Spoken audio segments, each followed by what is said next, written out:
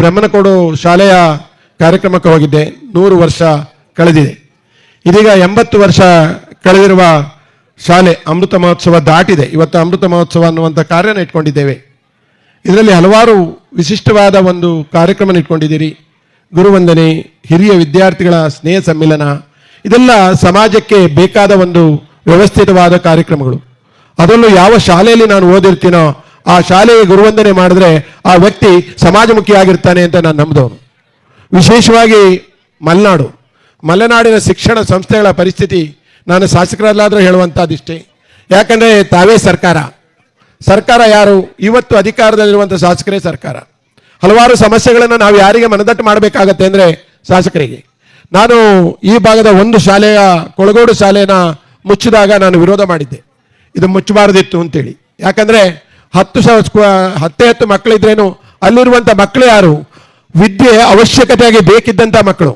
ಆ ಮಕ್ಕಳಿಗೆ ನೀವು ಒಂದು ಶಾಲೆ ಮುಚ್ಚಿದ್ರೆ ಇನ್ನೊಂದು ಶಾಲೆ ಹೋಗ್ಲಿಕ್ಕಾಗಲ್ಲ. ಮಲೆನಾಡಿನ ಪರಿಸ್ಥಿತಿ, ನಮ್ಮಲ್ಲಿ ಶಿಕ್ಷಣಕ್ಕೆ ಏನು ಒಂದು ಸಮಸ್ಯೆ ಇದೆ ಅಂತ ಹೇಳಿದ್ರೆ ಹಲವಾರು ಶಾಲೆಗಳಿಗೆ ವಿದ್ಯಾರ್ಥಿಗಳನ್ನು ಕಳಿಸಿಕೊಡುವಂಥ ಯಾವುದೇ ಒಂದು ಆರ್ಥಿಕ ಪರಿಸ್ಥಿತಿ ಇಲ್ಲದೆ ಇರುವಂಥ ಮಕ್ಕಳಿದ್ದಾರೆ. ಸರ್ಕಾರ ಈಗ ಮಾನದಂಡ ಚೆನ್ನಾಗಿದೆ. ಏನಂದರೆ 11ನೇ ಕ್ಲಾಸ್ವರೆಗೆ ಒಂದು ಸ್ಟೂಡೆಂಟು, ಒಂದು ಟೀಚರ್, 60ರವರೆಗೆ 2. ಇದು ಯಾವುದೇ ಕಾರಣಕ್ಕೆ ನಾವು ಸಮಂಜಸವಲ್ಲ ಮಲೆನಾಡಿಗೆ ಅಂತ ಹೇಳಲಿಕ್ಕೆ ಇಚ್ಛೆಪಡ್ತೇನೆ. ಮಲೆನಾಡಿಗೆ ನಾನು ಒಬ್ಬ ಶಿಕ್ಷಣ ಸಂಸ್ಥೆ ನಡೆಸೋನು. ಸುಮಾರು 30 ವರ್ಷಗಳಿಂದ ನಡೆಸ್ತಾ ಇದ್ದೇನೆ.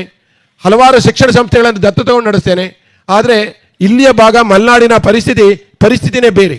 ನಾನು ಸರ್ಕಾರಕ್ಕೂ ಆಗಾಗ ಹೇಳಲಿಕ್ಕೆ ಇಚ್ಛೆಪಡ್ತೇನೆ. ನಾನು ಯಾಕಂದರೆ ನಾನು ಇಲ್ಲಿಗೆ ಬರಬೇಕಾದ್ರೆ ಮೊದಲು ಈ ಪರಿಸ್ಥಿತಿ ಗೊತ್ತಿರಲಿಲ್ಲ. ನಿಮಗೆ ಕೊಡುವ ಅನುದಾನ ಅಥವಾ ಏನು ನಗರ ಪ್ರದೇಶಕ್ಕೆ ಕೊಡುವ ಅನುದಾನ ಒಂದೇ ಥರ ಇದ್ದರೆ ಮಲೆನಾಡಲ್ಲಿ ಏನೂ ಮಾಡೋಕ್ಕೆ ಸಾಧ್ಯ ಇಲ್ಲ ಯಾವುದೇ ಶಾಸಕರಿಗೆ. ವಿಶೇಷವಾದ ಅನುದಾನ ಮತ್ತು ಶಾಲೆಗೆ ಸರಿಯಾದ ಒತ್ತು ಕೊಡಲೇಬೇಕಾಗತ್ತೆ. ನೀವು 60 ಸ್ಕೂಲ್ ಸ್ಟೂಡೆಂಟ್ಸ್ ಇರುವವರಿಗೆ ನಾವು 2 ಮಕ್ಕಳಲ್ಲಿ ಯಾವ ಪಾಠನೂ ಮಾಡಲಿಕ್ಕಾಗೋದಿಲ್ಲ. ಈಗ ಇಲ್ಲಿ ಏನಾದರೂ ನಾವು ಗೆಸ್ಟ್ ಟೀಚರ್, ನನ್ನ ಹತ್ರ 18 ಜನ ಗೆಸ್ಟ್ ಟೀಚರ್ ಇದ್ದಾರೆ. ಕಳೆದ ವರ್ಷ ಇಲ್ಲೂ ಗೆಸ್ಟ್ ಟೀಚರ್ ಇದ್ದರು ಅಂತ ಕೇಳಿದ್ದೇನೆ ನಾನು. ಹಾಗೆ ಈ ವರ್ಷ ಅದನ್ನು ಬೇರೆ ಕಡೆ ಕೊಡ್ತೇವೆ. ನಾವೇನು ಮಾಡ್ತೀವಿ ಅಂದರೆ ಅಮ್ಮ ಫೌಂಡೇಶನಿಂದ ಒಂದು 18 ಜನ ಗೆಸ್ಟ್ ಟೀಚರ್ನ ಇಟ್ಕೊಳ್ತೇವೆ. ಅವರಿಗೆ 3 ವರ್ಷ 2 ವರ್ಷ ಆದಮೇಲೆ ಬದಲಾವಣೆ ಕೊಡ್ತೇವೆ. ಈ ವರ್ಷ ನನ್ನಂದಾಜು ಕೊಗ್ರೆ ಸ್ಕೂಲಿಗೆ ಕೊಡ್ತಾ ಇದ್ದೇವೆ. ಹಾಗೆ ಸಣ್ಕೆರೆ ಸ್ಕೂಲಿಲ್ಲೇ ಭಾರತಿ ಇದ್ದಾರೆ. ಯಾಕೆ ಹೇಳ್ತೇನೆ ಅಂದರೆ ಸರ್ಕಾರ ಗೆಸ್ಟ್ ಟೀಚರ್ಗಳನ್ನು ಈಗೇನು 60-62 ಕೊಡ್ತೀವಿ ಅಂತ ಹೇಳ್ತಾರೆ. ಮಾನ್ಯ ಶಾಸಕರು ಈ ಭಾಗದ ಸಮಸ್ಯೆಗಳಿಗೆ ಮತ್ತು ಬಡವರ ಬಗ್ಗೆ ಭಾಳ ಒಂದು ನಿಮ್ಮ ಕಾಳಜಿ ಇದೆ. ಅದನ್ನು ನಾನು ಸರ್ಕಾರ ಏನು ಶಿಕ್ಷಣ ಸಂಸ್ಥೆಗಳಿಗೆ, ಮಲೆನಾಡಿನ ಶಿಕ್ಷಣ ಸಂಸ್ಥೆಗಳಿಗೆ ಬೇಕಾದ, ಯಾಕಂದರೆ ಒಂದು ಶಿಕ್ಷಣ ಒಂದು ವ್ಯಕ್ತಿಗೆ ಒಬ್ಬ ಶಿಕ್ಷಕನಿಂದ 1ರಿಂದ 5ನೇ ಕ್ಲಾಸ್ವರೆಗೆ ಮಾಡಿದ್ರೆ ಆ ಮಗುನ ನಾವು ಅವನ ಮುಂದಿನ ಜೀವನನ ನಾವೇ ಹಾಳು ಮಾಡ್ದಂಗೆ ಆಗುತ್ತೆ. ಯಾಕಂದರೆ ನಮಗೆ ಈಗ ನಿಮ್ಮ ನಗರ ಪ್ರದೇಶಗಳಿಗೆ ಹೋದಾಗ ನೋಡ್ಬೋದು, 1ರಿಂದ ನಮಗೆ 5ನೇ ಕ್ಲಾಸ್ವರೆಗೆ ನಮಗೆ 10 ಜನ ಟೀಚರ್ಸ್ ಇರ್ತೀವಿ. ಆದರೆ ನಮ್ಮ 3 ಜನನಾದರೂ ಟೀಚರ್ ಬೇಕಾಗತ್ತೆ. ಎರಡನೇದು, ಇವತ್ತು KPS ಭಾಳ ಚೆನ್ನಾಗಿದೆ. ಆದರೆ ಈ ಹಳ್ಳಿಗಾಡಿನಲ್ಲಿರುವ ಸ್ಕೂಲನ್ನ ಯಾವುದೇ ಕಾರಣಕ್ಕೆ KPSC ಮರ್ಜ್ ಮಾಡಬೇಡಿ. ಮರ್ಜ್ ಮಾಡಿದ್ರೆ ಅಂತ ಹೇಳಿದ್ರೆ ಇಲ್ಲಿಂದ ಅಲ್ಲಿ ಮಕ್ಕಳು ಹೋಗ್ಲಿಕ್ಕೆ ಸಾಧ್ಯ ಇಲ್ಲ. ಶಿಕ್ಷಣ ಚೆನ್ನಾಗಿರ್ಬೋದು, ಅಲ್ಲಿ ಹೋಗುವ ವ್ಯವಸ್ಥೆ ಬೇಕಲ್ಲ. ಯಾವುದೇ ಒಂದು ಮಳೆಗಾಡಿನ ಇವತ್ತು ಮೊದಲೇ ನಮಗೆ ಇಲ್ಲಿ ಬಸ್ ಇತ್ತು, ಇವತ್ತು ಬಸ್ಗಳ ವ್ಯವಸ್ಥೆ ಇಲ್ಲ. ಅಂತಾದ್ರಲ್ಲಿ ಇನ್ನು ಬರುವ ಯಾವುದೇ ಶಿಕ್ಷಣ ಸಂಸ್ಥೆಗಳಲ್ಲಿ ವಿಶೇಷವಾಗಿ ಸರ್ಕಾರಿ ಶಿಕ್ಷಣನ ದಯವಿಟ್ಟು ಯಾವ ಸ್ಕೂಲನ್ನು ಬಂದ್ ಮಾಡದೇ ರೀತಿ ಒಂದು ರೀತಿಯಲ್ಲಿ ನೋಡ್ಕೋಬೇಕಾಗತ್ತೆ ಅನ್ನೋದನ್ನು ನಾನಾದರೂ ಹೇಳ್ತೇನೆ. ಮತ್ತು ಈಗಾಗಲೇ ಹಲವಾರು ಸಮಸ್ಯೆಗಳನ್ನು ತಾವಾಗೇ ಇದನ್ನು ಈ ಸಭೆಯಲ್ಲಿ ಮಂಡನೆ ಮಾಡಿದ್ದೀರಿ. ಖಂಡಿತ ಹೌದು, ಇಲ್ಲಿರುವಂಥ ಸೆಕ್ಷನ್ 17, ನನ್ನಂದಾಜು ಹಾಲಪ್ಪಗೌಡರ ಮನೆಯೂ ಸೆಕ್ಷನ್ 17ನಲ್ಲಿದೆ.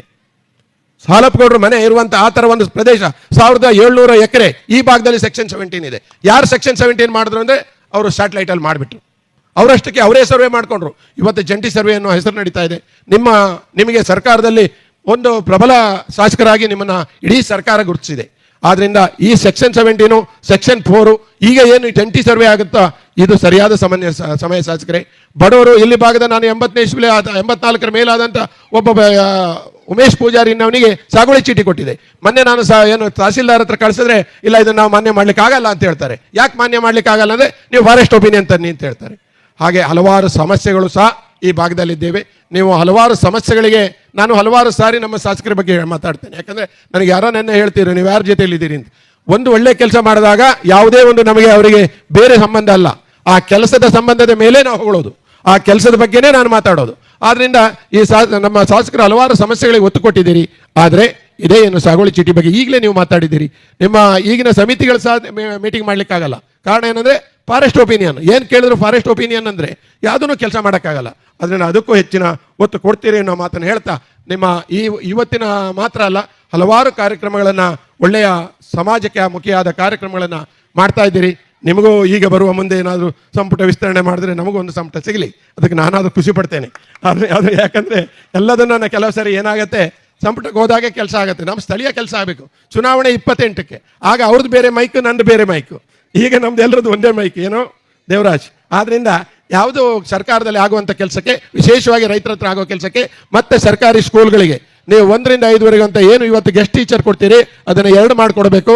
ಹಾಗೆ 1ರಿಂದ 7ಕ್ಕೆ ಬಂದಾಗ ನೀವು ಗೆಸ್ಟ್ ಟೀಚರ್ನ ಅದೇ ರೇಷಿಯೋದಲ್ಲಿ ಮಾಡಿಕೊಡ್ಬೇಕು ಅಂತ ಹೇಳ್ತಾ ಬಂಧುಗಳೇ.